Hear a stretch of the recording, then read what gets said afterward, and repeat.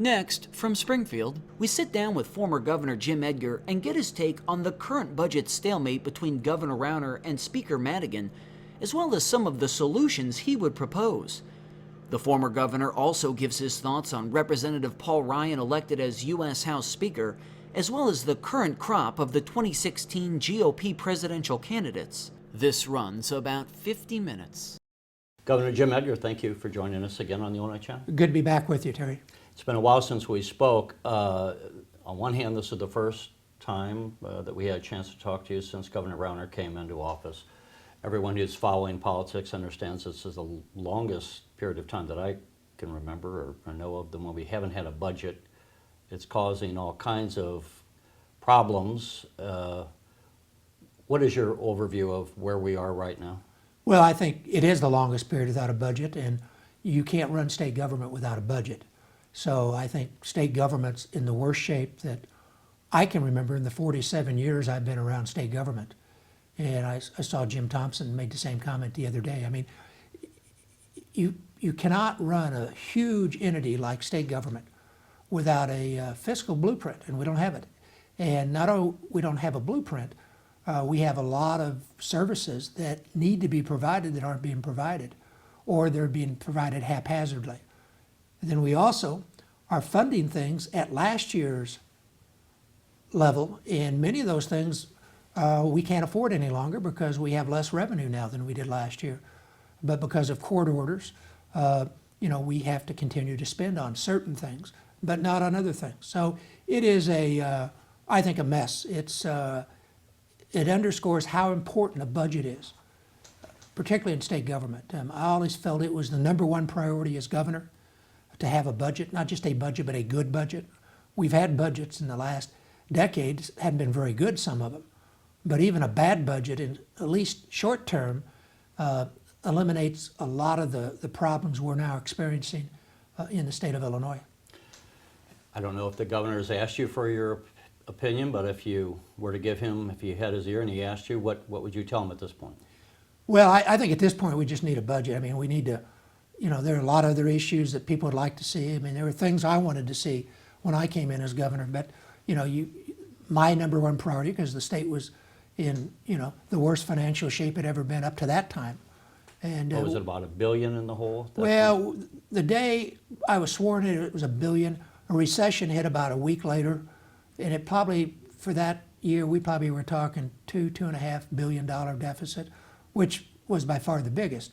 And we had to deal with it. And so maybe because I went through that, I've always felt that the budget is the most important issue. It's interesting, somebody was telling me they had been in Sacramento recently, and Jerry Brown now, who's on his second stint as governor, and it was not one you thought of in his first time as someone who cared about fiscal discipline.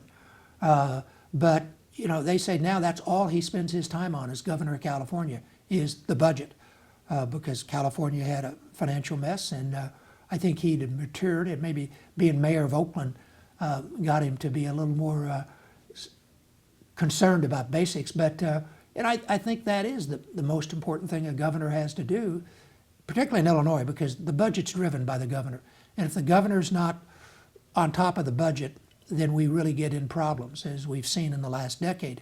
So, I think the budget is crucial. And I had earlier, I probably from the day, well, in fact, the day before the election when I flew around with the governor, I just said, in my opinion, the most important thing you have to deal with is the budget. And you've got to get the financial house in order, and you've got to, make sure that's the #1 priority. And I've told him at other times, I'm not sure that he agrees necessarily. Well, I was going to say, let's talk about some of the specifics, and I really just want your opinion. I don't want to, sometimes it's hard to ask a question without making it sound like you're leading the witness, so to speak. But so the Governor Rauner wants to have certain reforms.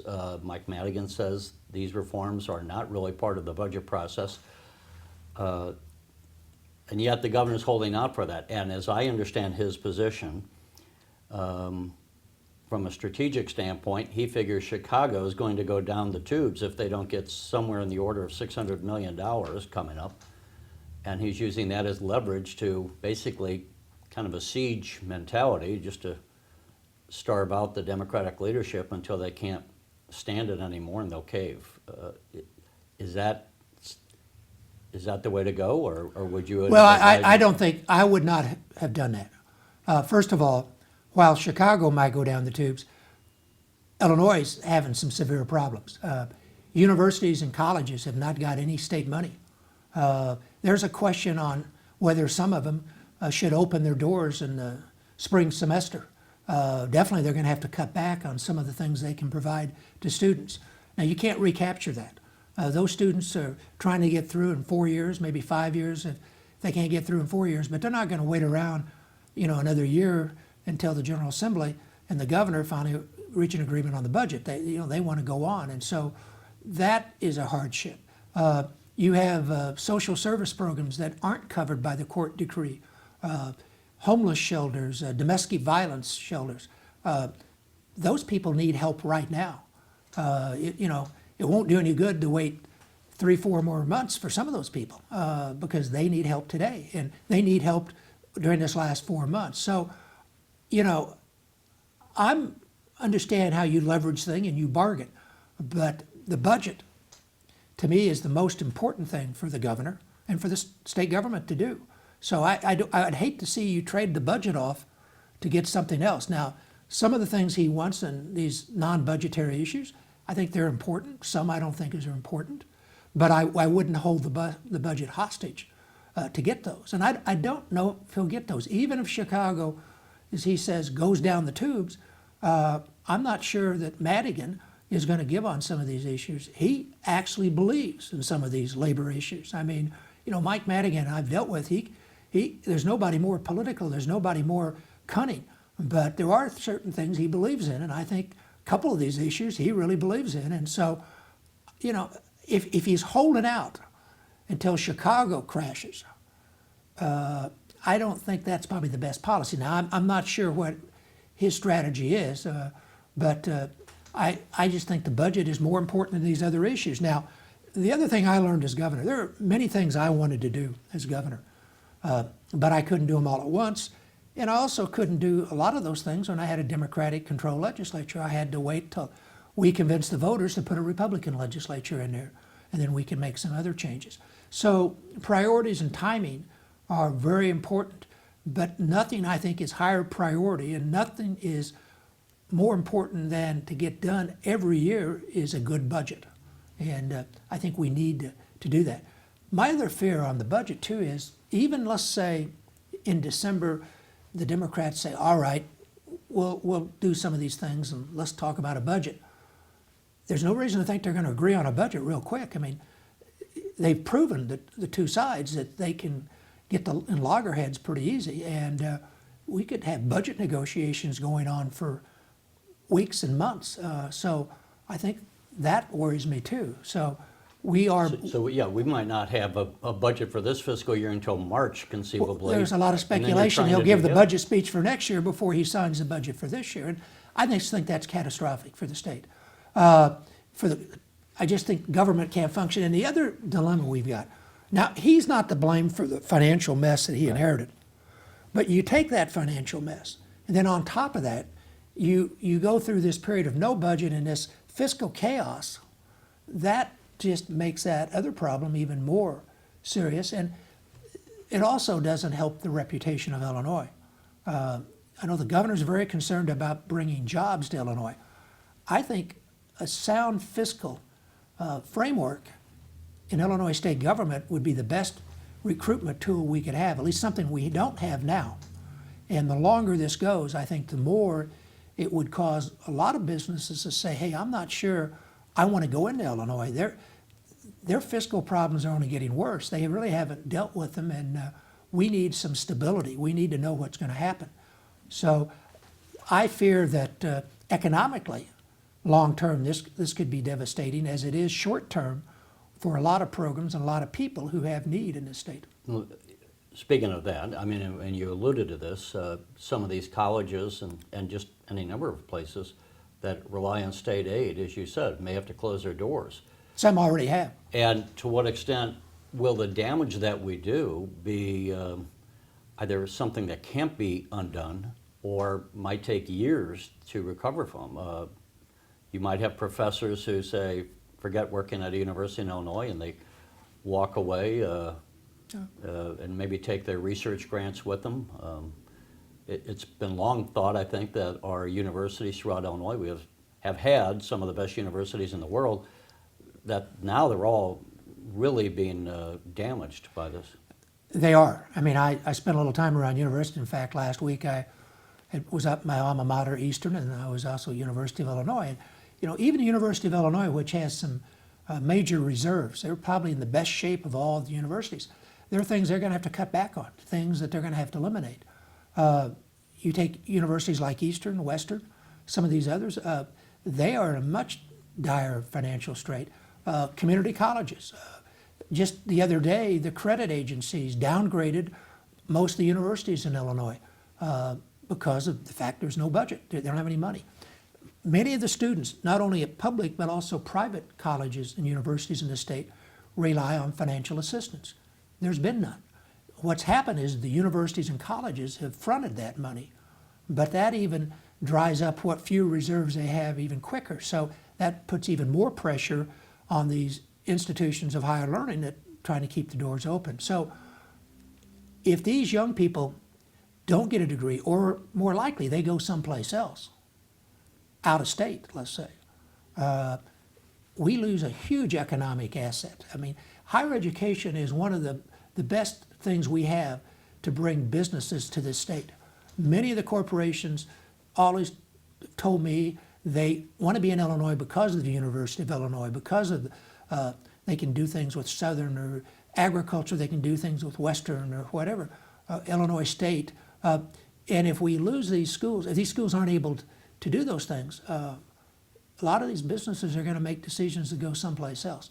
The other thing, just from spending time in college campus, that worries me, we already had this problem because of the problems with governors going to jail and just the chaos we've seen in Springfield for the last decade. But now you add this on top of it, and this is something that's going to hit home to a lot of these students because, if they aren't able to get the financial assistance or they can't get the class they need, they've already begun to say, why do I want to stay in Illinois? This state just doesn't seem to get its act together. That would be a huge loss to Illinois because we're only as good as the people. And the future, we're only as good as the young people with good educations who are going to be the future leaders. And if they kind of turn their back on Illinois, I think we have a very serious problem. Now, let me just say that I've been through these I've been through this. It's not all the governor's fault, though I do think he, as governor, is the one that has to step up and lead and get this resolved. Speaker Madigan can be a little difficult to deal with at times. It's going to take both sides when they get to the budget to move as quickly as they can and to provide a good budget. It really would be unfortunate if we go through this fiasco and then we have a haphazard budget that really doesn't, get us even through the fiscal year. Have you any thoughts as you sit there and say, here's what I would do? Well, I without having the Bureau of Budget at my disposal, whatever they call it these days, I guess they call it OMB now to be like, why they want to be like the federal government's beyond me. But I couldn't give you specifics, but I do think you're going to both have to raise revenue and you're going to have to cut programs. Tax increase, and you're going to have to cut spending. I think the Democrats made a mistake, when was it, 5 years ago? 2011, yeah. When they, I guess 4 years ago, it was, about this time 4 years ago, when they raised the income tax considerably, but they didn't do any cuts. Now, Democrats have a little harder time making cuts. Republicans have a little harder time raising taxes. That's why you need both of them at the table and reach an agreement, because you're going to need votes from both parties to do a good budget. I don't want to make it sound like I'm blaming Governor Rauner because, as I've pointed out to other people, it's unfair to blame one guy in a tug of war for pulling on the rope. It takes two to be having that standoff. What would you say? And in fact, I asked Speaker Madigan, who interestingly has been holding press conferences, something that he's never done before. What has he done to meet the governor halfway? And he listed a variety of things. The governor's office tends to indicate that the speaker really doesn't want to give up anything, and that they, the governor's office, have given up a number of things.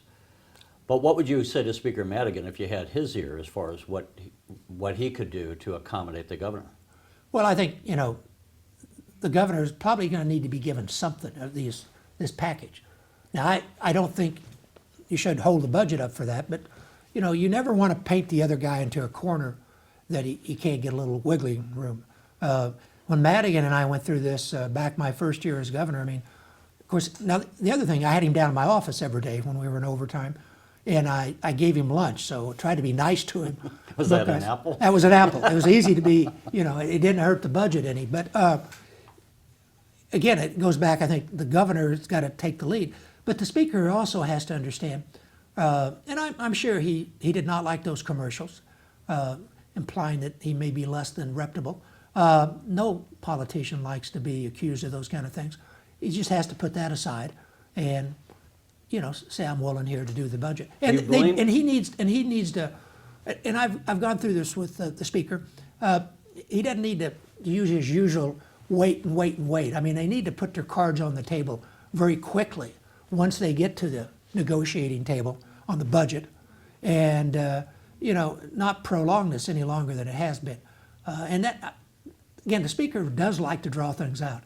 But I think the governor, again, I go back, to get there, I think the governor's going to have to take the lead. And I think the governor needs to realize that while these other issues are important, nothing's more important to state government, and that's what he's involved in now, state government, is the budget. And, that to some business people, some other people, they may say, well, that's one of many things. Well, as governor, you need to manage state government. You need to make sure people are getting the services they need.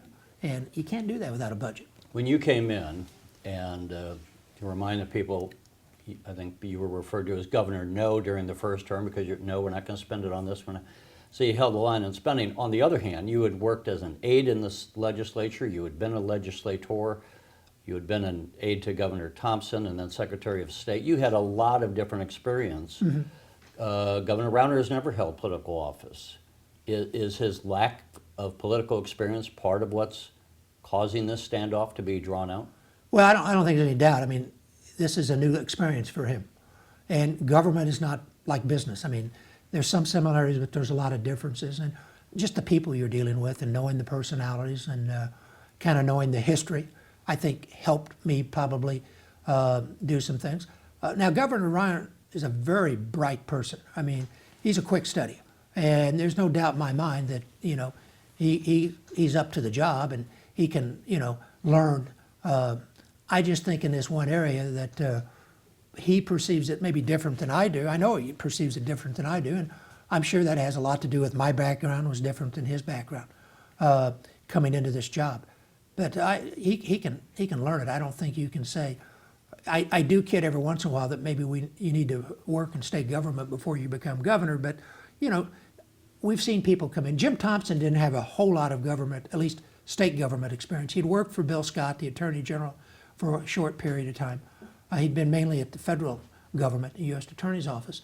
But he was a very quick study, and he got it. And I think he had people around him. Governor Rauner has some people that have been in state government before, but most of them have not. And again, they all have to kind of, even those who have been in state government in other states, they've got to learn Illinois. It's different. Every state's different. So I'm sure that's part of the issue. But on the other hand, he is a very bright person, very focused. And, I don't think that's the major issue here. I think it's just, I would say that priority-wise, he's got to put the budget first. And these other issues, figure out when's the right time. I just don't think you, again, hold up the budget to get those other issues. I think November 19th, the leaders and the governor, it's been reported, may be coming together for a meeting. But I've had other people who work in some of the cities tell me that if they don't get some money coming in right away, they may be closing down the 911 call centers. And we could literally have people dying. If you have a heart attack or some emergency, you call for an ambulance, there's no one there to pick up the phone. Yeah, I have to say that the governor's very pessimistic whether he'll get anything in this November meeting. I think he's holding out for when the city has to come to him. Coming like January. Yeah, so. January, and that's unfortunate if that does happen.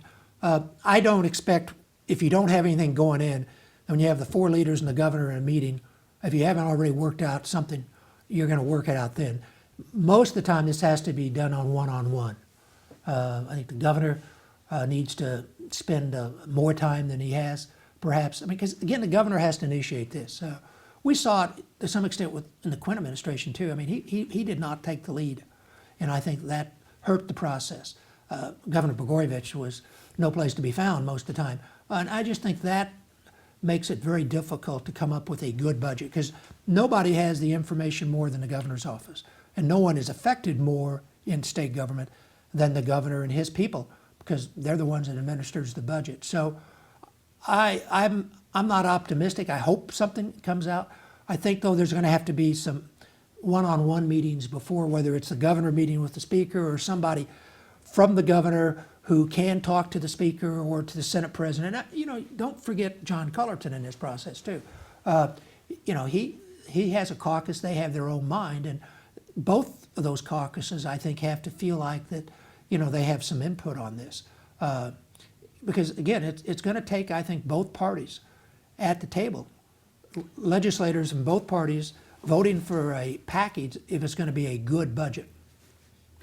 I actually had a sidebar thought here, but let me just focus on even if we put together. Well, let's look at the politics of this. I mean, you put your partisan hat on. So Governor Rauner is the first Republican governor in 12 years. As you said, had he racked up, let's say, some victories, and in the spring he fixed the budget hole that had been left in the Quinn administration, I think people were hungry for someone who was a decisive leader.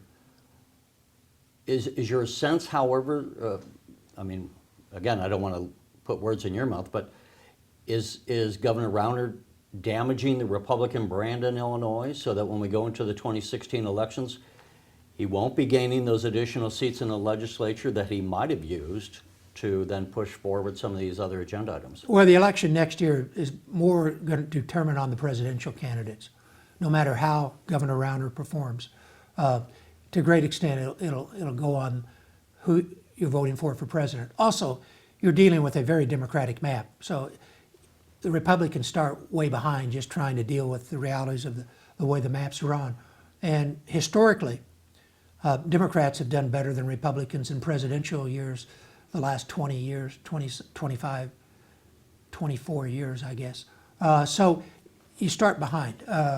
Now, if this budget is still a mess, and state government's still a mess, then yeah, that would hurt the Republicans because people, for the most part, they look at the governor if they're unhappy with state government.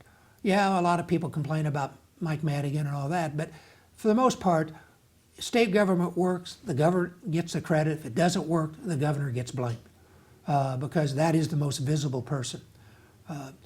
You know, most people, you hear the word Madigan, surprisingly, they think it's Lisa Madigan. And you know that still amazes me, but they know who the governor is, and the governor is the 800-pound gorilla, as I always say, in state government. But to the public, that is state government. So if it's not working, he'll get the blame, and then that would make him less effective out there on the stump. Now he does have one resource that none of us ever had. He's got unlimited amount of money to put into campaigns, which has helped him keep the Republicans in line so far. I mean, that $20 million is a complete change in the way things have been done around here. No governor ever had that kind of money to dangle out there or threaten with. And it's, you know, it's helped the party discipline. And he has that to put in, and I would think more money he could raise from some of his wealthy friends. So, you know, that will be a factor. But more importantly, I think if the state is still in turmoil, if there still seems to be no end in sight to this bickering and we're not solving problems, then I think the governor, right or wrong, takes the blame. I know, even if you At least that's how I always felt. I mean, I got to tell you, as governor, when I went we went 15 days without an agreement. It took us 3 days to get the bill printed. But I was a nervous wreck because one, I knew people could die out there. We could have real problems. And I also knew politically who was going to get blamed. It wasn't the legislature. It was going to be the governor. And that's why I guess I kept having Mike Madigan down in my, and he knew it.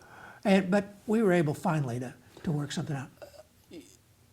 You know, what do you is Governor Rauner? And my observation I've shared with others is, as he was coming into office, that this is going to be an entirely different kind of governor, one we've not seen before. In that, as you alluded to, he doesn't need the job. He's not spent his career in politics. I don't know if he cares if he's reelected per se. He's worth something like $800 million, and he can use that money, as you just said. Is this throwing Mike Madigan off his game plan? I mean, to what extent do you sense that Madigan doesn't know how to deal with Rauner, or what's Well, there's no doubt Governor Rauner is a different type of governor than we've ever had, probably in modern times, at least in my experience. And thinking back to my childhood, Adlai Stevenson was governor, I guess, when I first was living in Illinois, and there hasn't been anybody like him. Dan Walker's a little bit. I mean, he was kind of an outsider, but still he'd had some governmental experience. Still was a little more involved in politics before he became governor. I mean, Governor Rauner just kind of came out of nowhere as far as government and politics, and went in right at the top, and that is no doubt changed the process considerably. Then you add on top of that he brought a huge amount of money into the process. I mean, in the primary. I mean, I've never seen that kind of money spent in a primary. I mean, that no doubt made the difference in why he got the nomination. I don't think it was the major factor in the general election. I think the election turned on people's feeling about Pat Quinn. And I think at the last minute, as you saw the polls, where it looked like Quinn might even win, or it was very close, then Rauner won by 3 or 4% finally. I think a lot of people at the last minute decided, we want to change. But no, it is different, and I think everybody's trying to get used to that. But I'll go back, and you mentioned it. I was extremely optimistic, extremely happy with the way things were going with the Rauner administration dealing with the Democratic legislature, when they were able to come together very quickly in a very reasonable manner, revise the 2015 budget, which the Democrats had passed. It was unbalanced and needed to be redone. And Madigan and Cullerton and Rauner were able to, in a very short period of time, agree to a very difficult situation. And so March, I thought, this is great. I mean, Governor Rauner demonstrated he understands what has to be done. Both Madigan and Cullerton, even though Rauner had said some pretty harsh things about him during the campaign, had put that aside, and they were doing the business of the state. And again, I think that's probably why I was even kind of more shocked that we're in the situation we are now, because based off what happened early on, I thought we were back on track, that a Republican governor, Democratic legislature, which historically has been able to, at the end of the day, reach compromise, that we would be in good shape. Unfortunately, we're not now, and I'm not sure when we're going to get back on track. Let's say, for the sake of discussion, they come together and come up with whatever they're going to do. Governor Rauner has indicated he'd be willing to raise revenues, but he wants to get something. And I suggested a good budget would be really something important to get, Yeah. especially as governor, but that's, I mean, when I look at it, and this is kind of a Ralph Martiri argument, I suppose, the 5% tax level that we had on income was not a level that put Illinois in a non-competitive position relative to other states, yet brought in the neighborhood of $4.5 to $5 billion.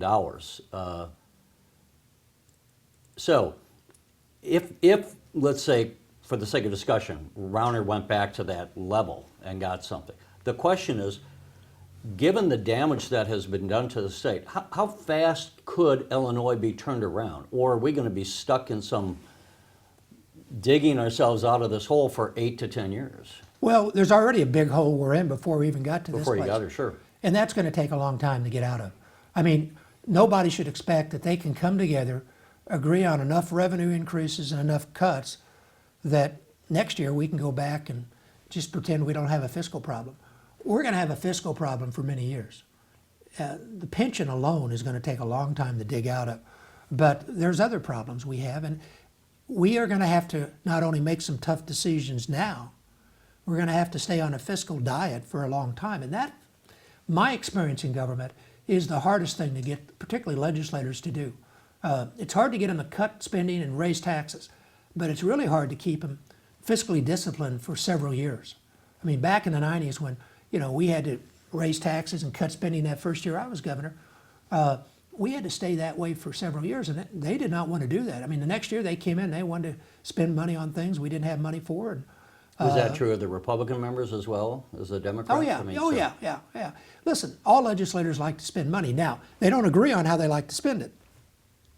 And but in their district, there are programs that are worthwhile, while those other districts have programs that are wasting money. Contrary to now, you're talking about the big items. The two big items: education and Medicaid, elementary, secondary, particularly, higher education to a lesser extent, and Medicaid. I mean, those you can cut everything else. If you don't cut those two, you really probably haven't come close to dealing with the issue. Right. And Republicans have, it used to be all the universities were in Republican districts, and I can remember Stan Weaver would get paid Phillip, and they'd be trying to get money for the University of Illinois at the last minute above the budget, while the Democrats were always trying to put more money in the school aid formula, and a lot of Republicans were too. I mean, that's why the governor has to be the driver. So in those circumstances, did you just say, no, we're not going to do that? I mean, now I have to say, the last 2 years, people find this hard to believe. The last 2 years, the best ally I had on holding the line and keeping the budget like I proposed it was Mike Madigan. Because he personally is a lot more of a fiscal conservative. Now, his members aren't, and he admits that. And he always told me, he says, I'll follow your lead. I'm not going to lead, though. I'll follow your lead so he can blame me. And that's fine. That's why you're the governor. You get the house, you get the car. Of course, the house, Governor Rauner is going to have to spend a lot of money to get it to be worthwhile. But, that's, again, why the governor has to provide this leadership. Let me just, before we get off this, because I don't want to leave the impression that, Governor Rauner's, because this budget thing, he's failed. He has done a great job as governor compared to what's happened the last two governors on what I call the ceremonial part of being governor. Now, that might sound like, well, that's not important. It is. We don't have royalty in this country. We have elected officials. So a governor or a president or a mayor not only does governmental things, they have to kind of do the things that, go around and cut ribbons and reassure people that what they're doing is important and wave the flag, and all that's very important to folks. And Governor Rauner, for a newcomer into this, is taking this like a duck to water. I mean, he has done a great job, particularly downstate, which has felt ignored for many years, of making them feel like, hey, the governor knows they exist and cares about them. And here in Springfield, I mean, it struck me the other day, Governor Rauner was someplace talking up north, and he said, he used the phrase, I want to get back home to Springfield, which struck me since he's not from here. So I think that for a lot of folks, that's very important, because they just felt like we've had governors have pretty much, particularly downstate, ignored them. But even places and events in Chicago, there are things governor need to show up and be present and do. They need to show a concern for. And I think Governor Rauner has done a very good job on that. One of the things that always worried me, particularly with Governor Quinn, there was no control from the governor's office. I mean, agencies would get in squabbles with each other. There was nobody saying, hey, we're going to resolve this. There's a much stronger control from the governor's office. There's an overall, now, sometimes maybe even too strong. I would think maybe I'd let directors have a little more leeway, but still there is a plan. There is something happening from the governor's office. They are in charge, and that's a welcome change. In fact, we had the ag secretary quit, and I hear through the grapevine that it was just because he didn't like just taking orders on everything. I think there's a happy medium there, and my experience always was that I wanted a director that knew a lot more about it than I did, and he knew more about it than my bright people in my governor's office, and so we would give them a lot of leeway, except on money. We never let them. We always cut their budgets. I mean, that was because we didn't have any money. But still, I'd rather have what we've seen in the last 7-8 months from the governor's office than what we saw the previous almost 10 years. I mean, I think there's a much better. He's got some very bright people. I would have had a few more coming out of Illinois state government, but he has very bright people who work long hours, and you don't feel like, gee, this is a part-time job with these people, and sometimes I got that from previous administrations. So I mean, there's a lot of positives about his governorship. I would echo the cosmetics in some of the things, just the way he started off. He's talking to lawmakers. A lot of the Democratic lawmakers were saying that they hadn't been reached out to in that context. Well, hopefully we can get something done and be reporting on a resolution where we're then only worried about the next year's fiscal budget. We got this one behind us. Let's have maybe a little fun things. As we tape this today, Paul Ryan, a congressman from Wisconsin, just became the Speaker of the House. Youngest House Speaker since, I think, 1869. I don't know if you've had a chance to meet him, No, but what are your impressions? Well, I think it'll be good. I mean, I thought I didn't, we all kind of got to know him when he ran for vice president, at least watched him, and he had a pretty good track record in Congress already. I think what impresses me the most about him, he has strong convictions. I mean, nobody can call him a moderate or a liberal. No, I don't think we have any liberal Republicans left, just a few of us moderates, and we're getting pretty old and extinct. But he's a very pragmatic public official, which I think is crucial in the legislative branch of government or in the governor's office. I think you've got to be willing to meet the other side halfway, compromise, and he has a track record of compromising with the Democrats on budget issues, and I think that's very encouraging.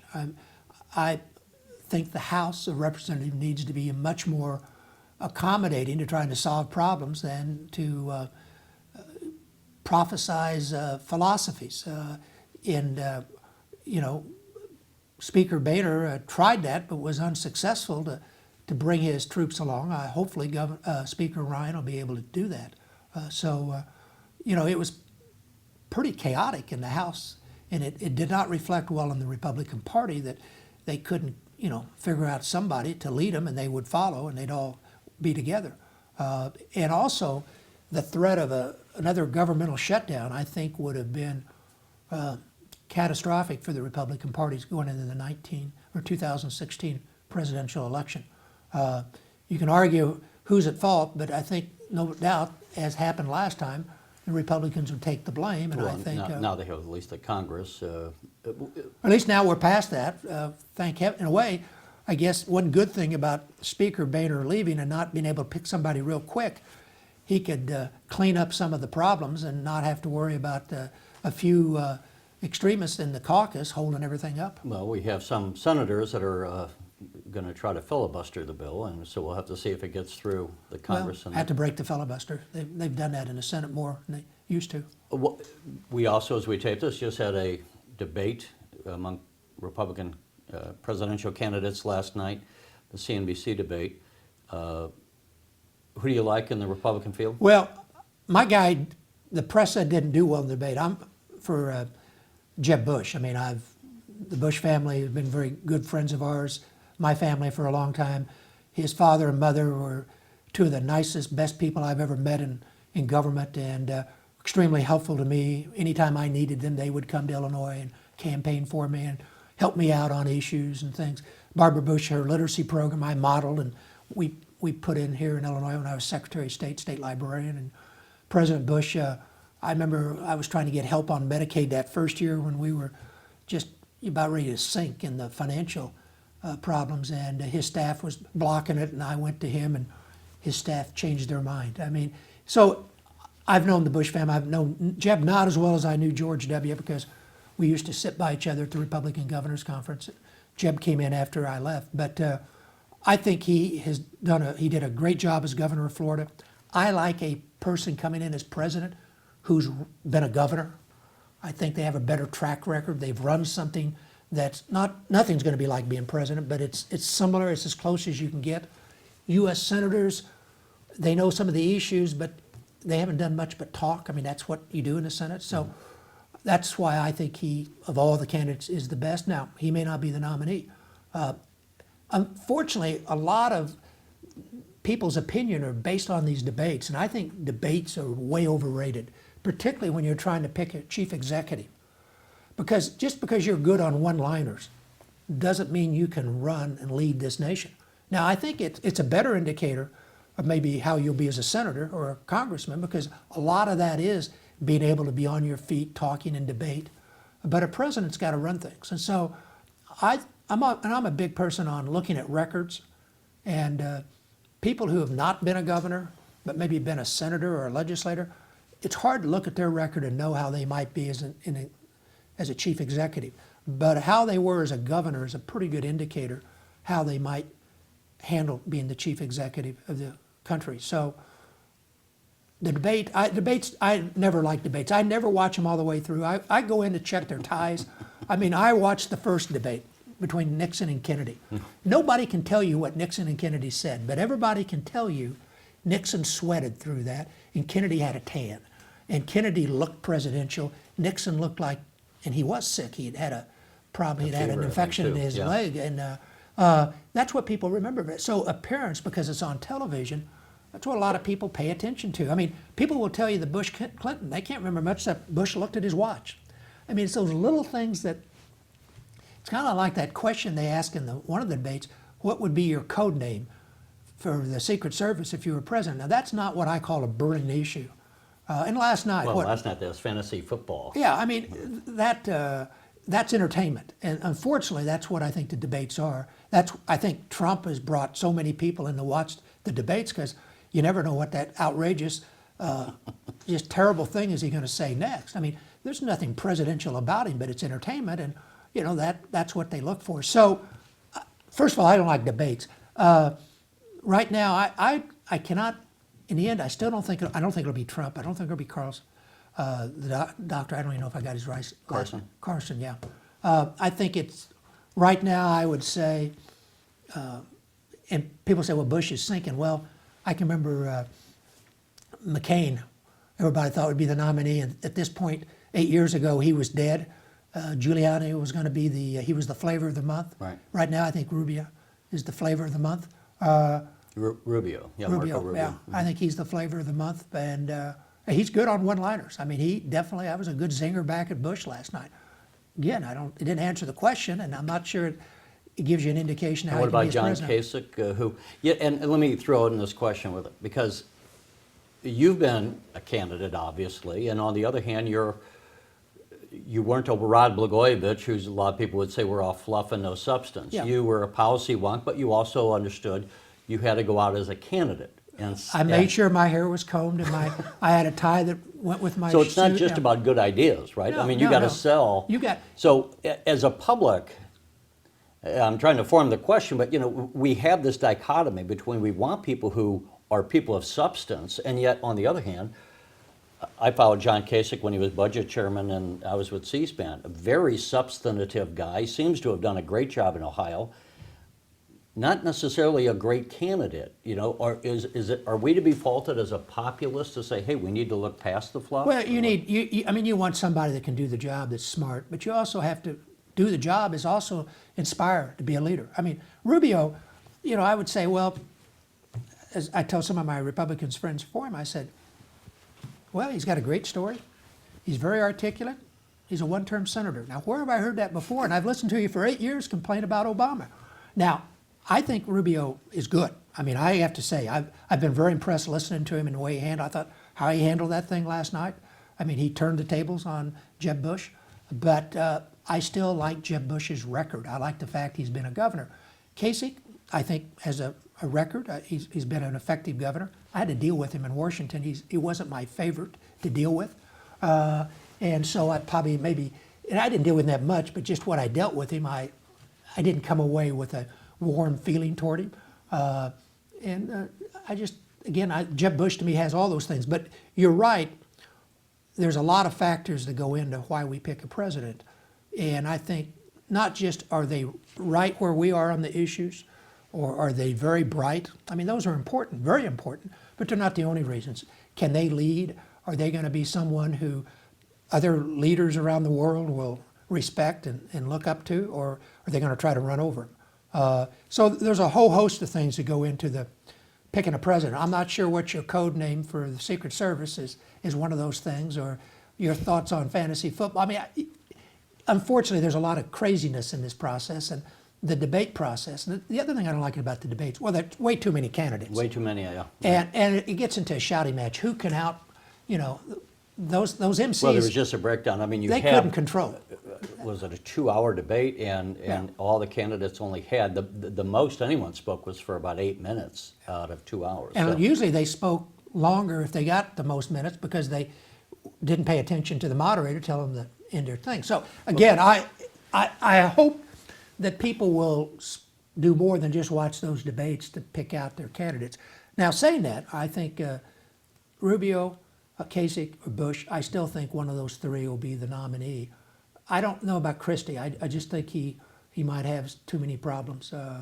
You know, and again, they're not. I think he's very smart. I think he's pretty articulate.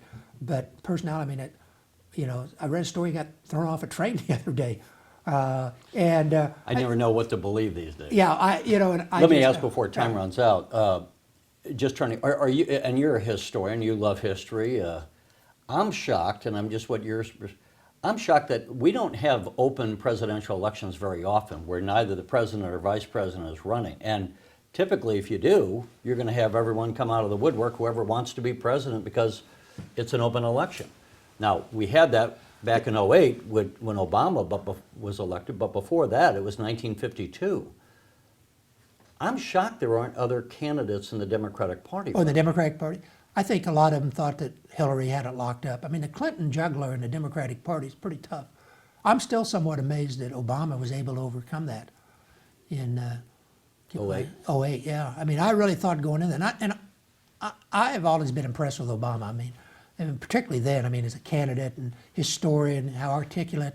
But I thought in the Democratic Party, it was going to be hard to beat a Clinton.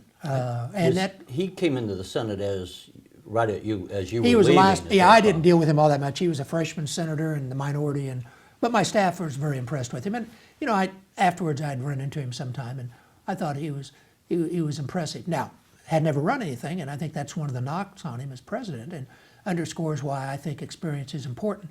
But I don't know about Democrats, but we have plenty in the Republican side. They did come out of the woodwork, some of these people, and you know. And somebody like Pataki or Jim Gilmore from Virginia, they Well, might be nice I don't people, put those in the same. Pataki was a governor of one of the major states, a good governor. You know, it wasn't to be, and I don't know why. I wouldn't compare him and Gilmore together. But I mean, just to the extent that I don't know where they think they could have the base of support. Well, Pataki, I mean, just the fact he's from New York, and there's a lot of money in that area and a lot of media visibility. I think that's helped Christie a lot too, because he's right across the river in New Jersey. I mean, he gets a lot of New York exposure, and that is the media capital of the country, much to the dismay of many of us in the Midwest. But I think that's given Christie a lot more of a visibility than he'd have otherwise. And Pataki it didn't click. I mean, I served with him, very good governor, but you know, people said I'm dull. He's kind of dull too, and you know, unfortunately, you need a little pizzazz, as we've seen in the debates. Jeb Bush, I think that he's suffering from a little bit of that too, and well, he's another one where his personality doesn't seem to hold up as far as projecting a strong candidacy. He's probably a very thoughtful. and you meet him, he's very personal, and I think he's a strong personality. I just think the debates is not his format. I mean, I actually think he's probably better than his father and his brother were in the debate. But they didn't have to go through this. I mean, George H. only had one opponent. That was Bob Dole, and really that's all that George W. had. That was McCain, and he pretty well had the nomination. I mean, because of who he was. But some of them just aren't as good at that. But I think with Pataki, I think Jeb started out, and I still think has all the ingredients. I don't think even Pataki was the nominee. We'd carried New York State, whereas Florida and Ohio are the two critical states. So I think that helps Rubio, and it helps Bush to some extent, and it helps Kasich too, because they come from states that you want to carry, and you know are going to be where the battles are. Lastly, it's already been, 25 years now that it's going to be marking your anniversary with this weekend, the 25th anniversary of you being elected governor. Right. We're going to, in fact, we're celebrating it this weekend and on a Sunday night, and I just thought back, this is going to be a lot more enjoyable Sunday night than 25 years ago, because the Sunday before the election, after we'd campaigned, been campaigning for a year and a half, we were down to the last weekend, and I remember we had we'd done a trip through the suburbs in drizzling rain, and this was kind of the last big pool. We were going to do a fly around, but this was huge. And I get back to my hotel room about 6, and I'm going to do a live TV interview. And one of the most reliable polls up to that time in the state, the Champaign CBS station, came in and said I was 17 points behind. And I just thought, and this was about 3 weeks after President Bush went back on reading my lips. Yeah. And we knew the Republicans all over the country were going to take a hit. We didn't know how much. And I just thought, well, this is over. And so I was pretty much down in the dumps Sunday night. Now, 25 years later, just the fact I'm still here 25 years later, I'll be happy. But knowing that we did win, and I think things went pretty well those 8 years, and I feel good about it. And we're still around to make up stories about how good they were. All right, well, Governor Jim Edgar, we always appreciate your time. Terry, good to be with you. Thank you. Thank you. You're watching the Illinois Channel, an independent nonprofit corporation formed to provide gavel-to-gavel coverage of Illinois state government and other public affairs events taking place across Illinois.